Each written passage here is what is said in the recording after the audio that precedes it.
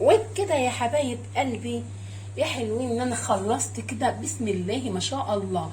وزي ما انا قلت لكم نحط معلقتين سمنه بلدي في طبق، ونقوم تحت الجبنه عاكين السمنه البلدي على العجينه، حاطين كميه كده ضعيفه ونحط عليها الجبنه.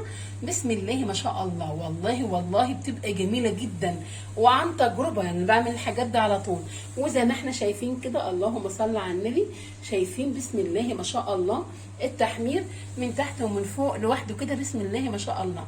وان شاء الله كده نشوفكم مع فيديو اخر من مطبخنا الشعبي. السلام عليكم ورحمة الله وبركاته. النهارده بقى انا هعمل ايه؟ هعمل القرص محشية بالجبنة القديمة كده. هرسنا الجبنة هي، بس انا هعمل ايه؟ 3 كيلو.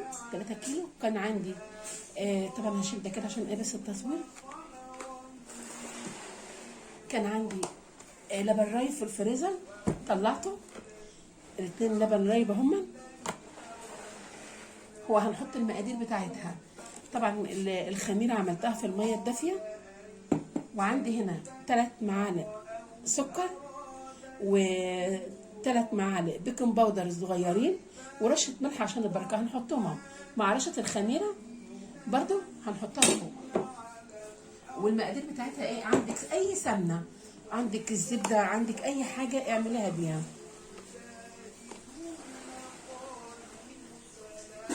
احنا هنعمل لها ايه بقى؟ هنحط لها الاول، لازم تختبري الاول الخميره في الميه الدافيه كده. حطينا بقى السكر اهو. طبعا ما تنسيش رشه برده ايه خميره عليها من فوق. هنحط ايه؟ طبعا جبت لك 3 كيلو دقيق. هيحتاجوا بقى ايه 3 كوبايات زبده او سمنه، وكوبايه ونص زيت، بس زيت ايه؟ زيت ذره. انا المره دي هعملها بطريقه يعني غير اللي انا كنت بعملها لكم. ادي احنا حاطين اهو، ادي اللبن اهو زي ما احنا شايفين كان متعان في الفريزر. هحط عليه الزيت كوبايه ونص. هنعملها النهارده بطريقه يعني غير اللي انا كنت بعملها خالص. الاول كنت انا بدعك الزبده بالزيت بالدقيق، لا انا المره دي هعمل ايه؟ بطريقه تانية. ادي كوبايه ونص كده. عايزه تعمليها بالزيت على طول، ادي كده السمنه دي كوبايه.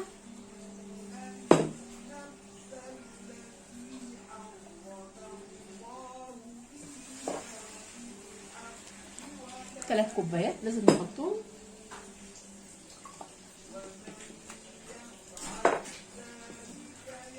اهم. وهنعجنها ايه؟ لسه يعني اللبن ما تحطيش اللبن كله. عايزه تعمليها بلبن حليب من غير لبن الرايب، بس اللبن الرايب يعني بيخليها طريه وبيخليها جميله. عايزه تعمليها بالزيت، بس الزيت بينشفها. اللبن الرايب كده بيديها طراوه كده من جوه وبيخليها حلوه. هنقلب ده كله كده مع بعض.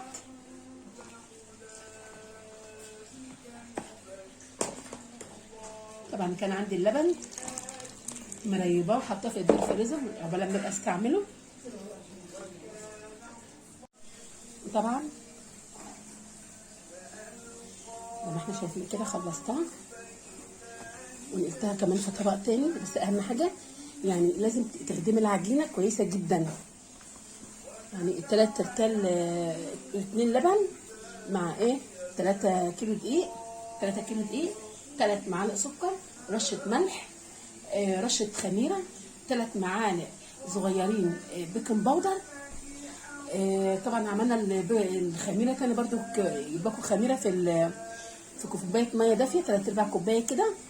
طبعا السمنه او الزبده من حسب ما انت عايزه. 3 كوبايات ده على مقدار 3 كيلو دقيق، وكوبايه ونص زيت، ويستحسن يكون زيت ذره زي ما احنا شايفين كده. بسم الله ما شاء الله العجينه، بسم الله ما شاء الله عليها، يعني جميله جدا. بسم الله ما شاء الله. هنريح العجينه ايه شويه يعني 10 دقايق بس، عشان بس ايه كانت تخمر تاخد ترتاح شويه من العجن. مثلا زي ما احنا شايفين كده عايزينها كده ايه طريه. بسم الله ما شاء الله. وهنحشيها. طبعا انا جايبه ايه جبنه قديمه حسب رغبتك. ممكن تكون جبنه ثلاجه، جبنه رومي، اي حاجه انت عايز تحشيها بيها. ممكن عجوه، للاسره. بس انا ايه، هنا عندي بيحبوها بالجبنه القديمه، فانا ايه جبت جبنه قديمه ورحت هرساها زي ما احنا شايفين كده بالمعلقه. وهنعمل مع بعض خطوه خطوه كده دلوقتي كده. ايه، هنسيبها ترتاح 10 دقايق بس مش اكتر، 10 دقايق، وبعد كده هقرصها ونحشيها ونحطها في الصينيه. طبعا كده العجينه بسم الله ما شاء الله ارتاحت. هنا عملت بقى ايه التكه بقى الجميله. هنا معلقتين سمنه بلدي، لازم ادهن بقى العجينه من جواها كانها احشيها مع الجبنه، بتبقى يعني جربيها والطعم اقسم بالله جميله جميله جميله جميله جدا. هنا اهو ادهن، عملت حته هين واحده هين هنا هين اهي زي ما احنا شايفين. عملتها ايه السمنه دهنتها من تحت وعملنا عليها ايه الجبنه، وهوريكم الطريقه واحده واحده بس عشان ماسكه ايه التليفون هقرص واوريها لكم. طبعا كده عملت اول صينيه زي ما احنا شايفين، حسب بقى ما انت عايزه تعمليها كبيره، عايزه تعمليها في الحجم ده، حسب ما انت عايزه. كده هخلص ايه القطعيه دي كلها وهوريها لكم في النهايه احلى واروع والله العظيم يعني قرص معموله. والتكه اللي انا وريتها لكم هي معلقتين السمنه دي ومع الجبنه بتبقى جميله جدا، بتبقى جميله جدا. فهخلص وهوريها لكم ان شاء الله. طبعا كده شايفين الجبنه عامله ازاي. كده طلعنا ايه الصواني كده. عملت هنا بقيت هون لسه بقيتهم ما خلصتش، بس انا ايه بوريكم. بسم الله ما شاء الله، بسم الله ما شاء الله. زي ما احنا شايفين كده التحمير تحمير فرن، والجبنه زي ما احنا شايفينها كده طالعه جميله جدا. يعني المقادير بتاعتها، ولو انت عايزه تعملي كيلو اعملي كيلو عليه يعني كيلو دقيق، كوبايه زبده، نص كوبايه زيت، او 3/4 كوبايه زيت، معلقه بيكنج باودر، معلقه صغيره فانيليا، معلقه رشه ملح، معلقه سكر كبيره، ده لازم السكر ده اكيد طبعا. اللهم صل على النبي. هنجيب رتن لبن، وطبعا انت عارفه تروبيه ازاي، يعني ازاي تريبوا اللبن في البيت، وفي فيديو معمول عندي ازاي نعمل اللبن بطريقه يعني سهله جدا ان احنا نروبه في البيت احسن ما نشتريه جاهز. وكده يعني ما بيقدرش ان هو ياخد منك اي وقت، وحاجه بتفيد الاسره.